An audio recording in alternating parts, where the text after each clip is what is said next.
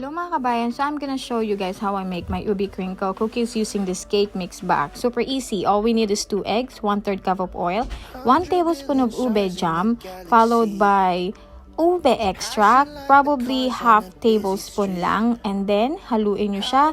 And mas mabuti kung gagamit din kayo ng spatula katulad niyan. Mas madali siyang mahalo, and then kuberan nyo siya, put it sa fridge ng 20 to 30 minutes.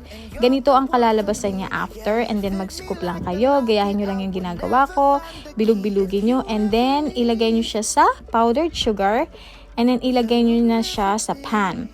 And then i-bake nyo siya sa 350 degree for 13 minutes.